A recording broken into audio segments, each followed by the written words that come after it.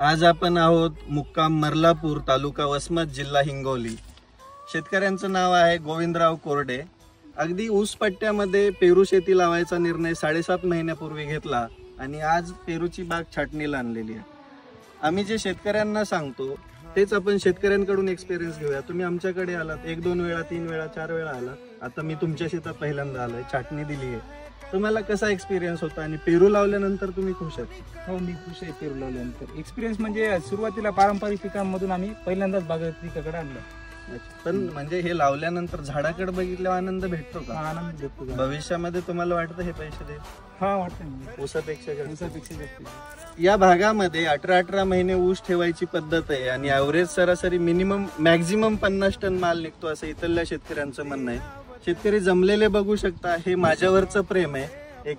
एका फक्त स्टोरीवरती जमलेले हे शेतकरी आहेत। शेतकऱ्याची